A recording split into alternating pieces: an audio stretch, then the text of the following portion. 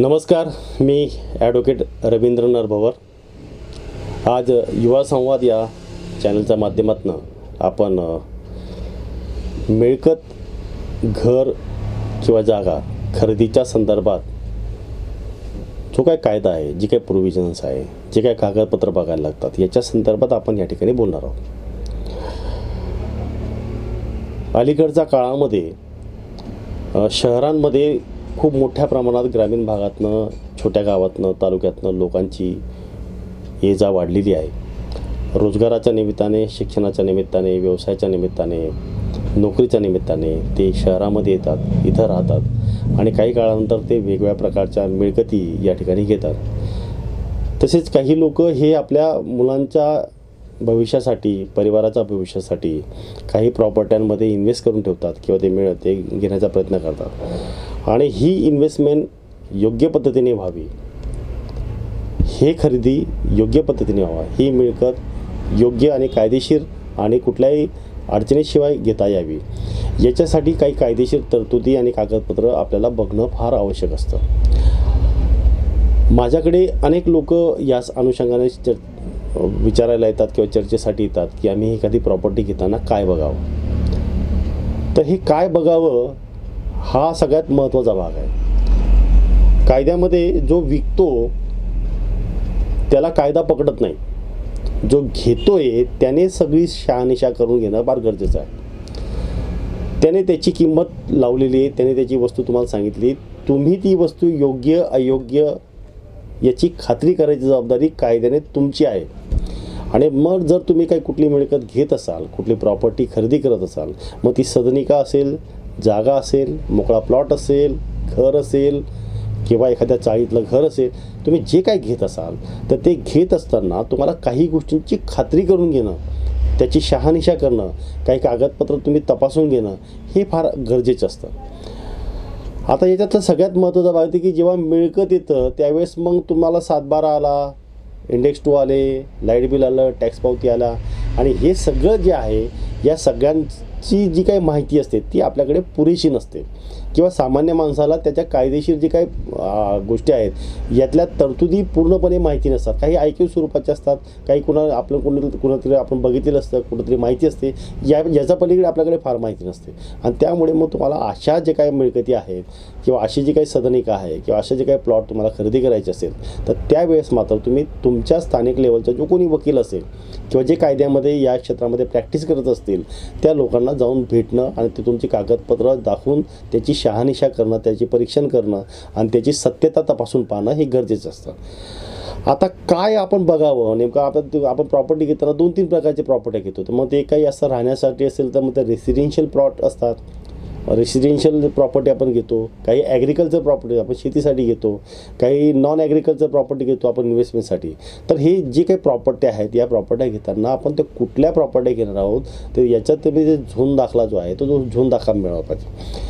आता हे सगळं करण्याच्या आधी जे काही कुठले डॉक्युमेंट्स असतील ते बघण्यासाठी आधी सगळ्यात आधी मला असं वाटतं आपण काय करावं की जो कोणी मालक असेल तर त्याचं आपण व्हेरिफिकेशन करून घ्यावं की मिळकत कुठली आहे आणि मालक कोण आहे हे आपण खात्री करून घ्यावी.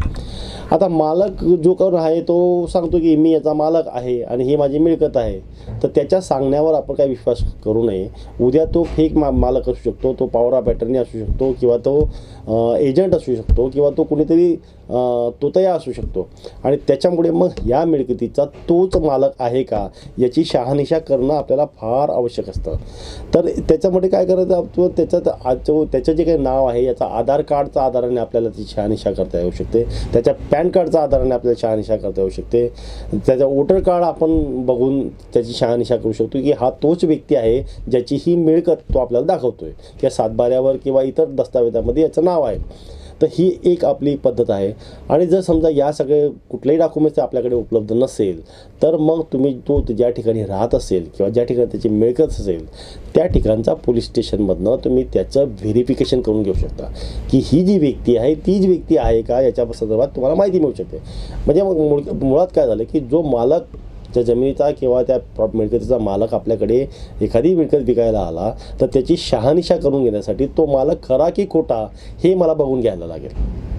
आता याच्यात दुसरा जो पार्ट आहे की त्याने जी मालमत्ता मला दाखवली आहे मग ती जमीन असेल, प्लॉट असेल, फ्लॅट असेल, एखादी स्कीम असेल, व्हॉटेवर जे काय असेल ते, तर ती मिळकत जी आहे ती मिळकत कुठल्या याच्यामध्ये मोडते ते मला आधी बघायला लागलं. ते रेसिडेन्शियल आहे, नॉन रेसिडेन्शियल आहे, ॲग्रिकल्चर आहे, नॉन ॲग्रिकल्चर आहे, इंडस्ट्रीमध्ये आहे, त्याचा झोन कुठला आहे, त्याने सँक्शन काय घेतलं आहे, या सगळ्या गोष्टीचं मला त्या मिळकतीची परीक्षण मला करून घ्यायला पाहिजे, म्हणजे मग माझी कुठं फसगत होणार नाही. आता ही जी काय आहे ही मिळकत जर समजा शेतजमीन असेल तर त्याचा 7/12 आपण बघितला पाहिजे. आता 7/12 आपल्याला कुठं मिळतो, मग जिथंच त्या मिळकतीचा जो काही सर्वे नंबर आहे तिथं तलाट्याकडनं जाऊन तुम्ही शहानिशा करू शकता. जर फ्लॅट असेल तर तो फ्लॅट जिथं बांधला आहे किंवा त्याची काय परवानगी घेतली तर त्याची जी काही स्कीम असेल की ज्याच्या सँक्शन लेटर असेल ते तुम्ही बघू शकता.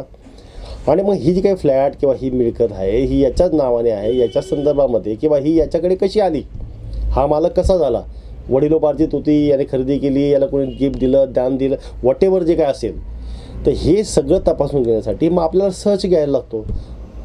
मग जर जमीन मिळकत असेल मग तुम्ही 12 वर्षाचा 30 वर्षाचा जो काय असेल तो सर्च तुम्ही वकिलामार्फत जर घेतला तर ही मिळकत ह्याच माणसाची किंवा ह्याच व्यक्तीची आहे आणि याच्याकडे कशी आली याची सगळे आपल्याला मिळू शकतं, माहिती मिळतं.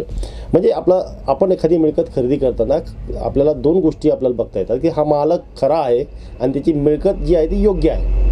त्याच्यानंतर त्या मिळकतीवर कुणाचं काय घेणं देणं आहे का, कुठल्या नॅशनलाइज बँकेचं किंवा कुणाकडे त्यांनी लोन घेतलं आहे, कुणा काय लीजवर दिली, व्हॉटेवर जे काय असेल, की ती मिळकत जर कुठल्याही प्रकारचा त्याच्यावर जर काय लोन असेल किंवा त्याची ती कुठल्या तारण ठेवली गेली असेल, गहाण ठेवली गेली असेल किंवा त्याच्यावर साठेकत केलं गेलं असेल तर त्या लोनच्या संदर्भामध्ये तुम्ही चौकशी करू शकता.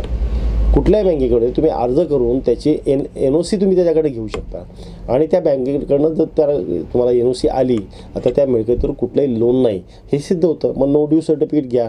आणि जर कुठल्या याच्यामध्ये ती तारण झाली असेल तर सब रजिस्ट्रारकडे सेक्शन 15मध्ये तो अर्ज देऊन फॉर्म 22, 15, 16 याच्यामध्ये जर तो एक तरतूद केली आहे की फॉर्म 22 जर तुम्ही भरून दिला तर तुम्हाला तसं सब रजिस्ट्रार ती मिळकत कुठं गहाण असेल किंवा ती लीजवर दिली असेल किंवा ती कोणाला ट्रान्सफर केली असेल, व्हॉटेवर जे काही ते त्याचे आहे ते सेक्शन 15 प्रमाणे किंवा 16 प्रमाणे तो तुम्हाला फॉर्म 16मध्ये तुम्हाला ती इन्फॉर्मेशन मिळू शकते. त्याच्यानंतर त्याच्या पुढचा जो टप्पा असतो तो म्हणजे त्याचं फिजिकल इन्स्पेक्शन करणं. तर तुम्ही त्याचा तो ताबा आहे की नाही, मिळकत आहे, 7/12 आहे, मालक हा आहे, परंतु समजा ताबा त्याच्या नसेल तर दुसराच कोणीतरी एखादा गुंड्याचा ताबा असेल, एखादा राजकीय माणसाचा ताबा असेल किंवा अनेक वर्षापासून दुसराच कोणी व्यक्ती त्याच्यावर पोझिशन असेल तर मग तुम्हाला ती जागा जाऊन स्वतः बघायला लागेल की पोझिशन याचंच आहे की नाही. जर पोझिशन नसेल, ती प्रॉपर्टी केवळ तुमच्या कागदोपत्री नावावर झाली तर तुम्हाला पुढे कायदेशीर खूप मोठ्या प्रॉब्लेम्सला सामोरं जायला लागू शकतं. आणि म्हणून तुम्ही ते पोझिशन एकदा तुम्ही चेक करा फिजिकल आहे की नाही. ज्या जागेवर जी काही मिळकत त्याने दाखवली, मेजरमेंट दाखवलं जे आहे, नकाशावर जी काही मिळकत दाखवली इतके बाय इतके, पूर्व पश्चिम उत्तर दक्षिण व्हॉटेवर जे काय दाखवलं असेल तर ती जी जागा आहे त्या पद्धतीने तुम्ही मोजमाप करून घ्या. तुम्ही एखाद्या मोजणी करणाऱ्या माणसाला घेऊन जा आणि त्याची शहानिशा करा. त्याचबरोबर त्याच मिळकती तुम्ही घेता आहात त्याचा काही डिस्प्यूट आहे का कुठल्या कोर्टामध्ये, याच्या अनुषंगाने तुम्ही शहानिशा करा. एखाद्या वकिलाकडे जा आणि त्या वकिलाकडनं तुम्ही ह्या मिळकतीच्या संदर्भात किंवा ह्या व्यक्तीच्या संदर्भात कोर्टामध्ये कुठल्या सिव्हिल एखादा दावा तर दाखल नाही ना याचं तुम्ही एक बघून घ्या. त्याच्या टायटल क्लिअर आहे की तुम्ही एकदा बघा. आता हे टायटल म्हणजे काय असतं की टायटल जो काय प्रकार असतो हा 2-3 प्रकारचा आपल्याला टायटल बघता येतं. एक तर टायटल म्हणजे मालकी हक्क त्याचा. त्या तुमचं जर फ्लॅट असेल तर तुमच्याकडे इंडेक्स 2 असतो. जर त्याने खरेदी केलं असेल तर त्याचा इंडेक्स 2 आपल्याला मिळतो, त्याचा 7/12 मिळतो. जर जी सोसायटी असेल तर त्याला शेअर सर्टिफिकेट मिळणार. आता ती त्याच्या टायटल जे आहे त्या टायटलमध्ये त्या इंडेक्स 2मधून आपल्याला कळतं की ही याने खरेदी केली आहे. त्याचं सेल डील असेल सेल डील आपल्याला बघायला लागेल, गिफ्ट डीड असेल तर गिफ्ट डीड बघायला लागेल.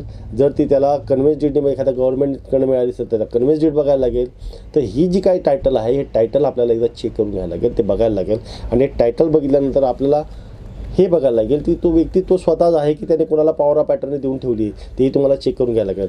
जर त्याने कोणाला पॉवर ऑफ अटर्नी देऊन ठेवली असेल आणि तर तो ती पॉवर ऑफ अटर्नी तुम्हाला रद्द करून घ्यायला लागेल, ते तुम्हाला बघा. आता बऱ्याच वेळेस काय होतं की तुमच्याकडे येणारी व्यक्ती ही डायरेक्ट येते तुम्ही, म्हणजे पहिला ओनरची. आता मला माझ्या वडिलांकडनं मिळाली जी जमीन आहे मी डायरेक्ट विकायला चाललो, तर ही मी ओनर आहे, माझं फर्स्ट टायटल आहे. पण समजा मी दुसऱ्या व्यक्तीला विकलं, त्या दुसऱ्या व्यक्तीने तिसऱ्या व्यक्तीला विकलं, तिसऱ्या व्यक्तीने चौथ्या व्यक्तीला विकलं, तर अशा वेळेस काय होतं, ते चॅनलाइज स्वरूपात ती प्रॉपर्टी होते.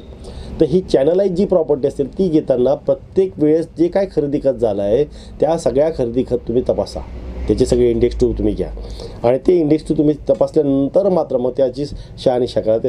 तर ते तुम्हाला हे जे काही अशा 4-5 लोकांकडनं ती मिळकत जर फिरून आली असेल, त्याच्या वेगवेगळ्या प्रकारचे दस्तच निर्माण झाले असतील, तर मग तुम्ही अशा वेळेस एखाद्या वकिलाकडे जाऊन त्याचा सर्च रिपोर्ट काढून घ्या आणि तो सर्च रिपोर्टच्या आधाराने तुम्हाला त्या प्रॉपर्टीचा आज रोजी कोण मालक आहे, की याच्या आधी कोण मालक होते, हे सगळं याच्यामध्ये. तुम्ही बिल्डरकडनं घेत असाल तर त्याचं डेव्हलपमेंट ॲग्रीमेंट घ्या, त्याची पॉवर ऑफ अटर्नी घ्या, त्याचे ऑक्युपायड सर्टिफिकेट घ्या, हे करता तुम्ही त्याचं पोझिशन लेटर घ्या, हे सगळं तुम्हाला करता. मॉर्गेज असेल तर मॉर्गेजचे प्रॉपर्टीचं तुम्ही ते रिलीज डीड त्यांच्याकडनं काढून घ्या. टॅक्स त्याच्यावर समजा ते रहिवासी असेल, एखादी फ्लॅट असेल तर त्याला त्या स्थानिक जी काय नगरपालिका आहे किंवा महानगरपालिका आहे किंवा मेट्रोपॉलिटन महानगरपालिका आहे याच्यामध्ये त्या मिळकतीची नोंद आहे की नाही याच्यासाठी ती टॅक्स पावती तुम्हाला बघणं गरजेचं आहे. त्याचा वापर कंटिन्यू आहे की नाही याच्यासाठी तुम्हाला लाईट बिल घेणं गरजेचं आहे. त्याच्यानंतर तुम्हाला समजा तिथं काय ॲडमिटी कार पार्किंग असेल त्याचं अलॉटमेंट लेटर घ्या, बिल्डरकडनं पोझिशन लेटर घ्या. हे जे सगळे जे आहे, जर तो व्यक्ती त्या सोसायटीमधनं तो फ्लॅट विकत असेल तर सोसायटीचे NOC घ्या. हे सगळे जे काय डॉक्युमेंट्स आहेत हे डॉक्युमेंट्स तुम्ही व्हेरीफाय केल्यानंतर, तुम्ही प्रत्यक्ष जाऊन खात्री केल्यानंतर मग तुम्ही याचा व्यवहार करा. आणि मग इंडियन रजिस्ट्रेशन ॲक्ट जो आहे याच्या सेक्शन 55 प्रमाणे तुम्हाला सब रजिस्ट्रारकडे जाऊन तुम्हाला ही आपली प्रॉपर्टी रजिस्टर करता येऊ शकतो. हे जे डॉक्युमेंट्स आहे हे डॉक्युमेंट्स आपल्याला सगळ्या ठिकाणी अवेलेबल होतं, बघायला मिळतं. पण बऱ्याच वेळेस आपल्याला या डॉक्युमेंटमधले जे काही बारकावे असतात, याच्यातले जे काही लिटिगेशन असतात हे आपल्याला कळत नाही. सातबाऱ्यामधल्या नोंदी ज्या आहेत किंवा त्याच्यावरचे जे काही तरतुदी लिहून ठेवले असतात ते आपल्याला बऱ्याच वेळेस कळत नाही. तो इंडेक्स 2 आपल्याला देतो, पण त्या इंडेक्स 2 मधली माहिती आपल्याला समजत नाही. किती स्क्वेअर फूट आहे, कुणाकडे घेतली, कधी घेतली, स्टॅम्प ड्युटी भरली नाही भरली, वॉटेवरची काय. तर ह्या सगळ्या ज्या गोष्टी आहेत ह्या तुम्हाला विशिष्ट त्या प्रोफेशनमध्ये काम करणारे जे काही वकील लोक असतील या वकिलाकडे जाऊन तुम्हाला याची खात्री करून घेता येईल.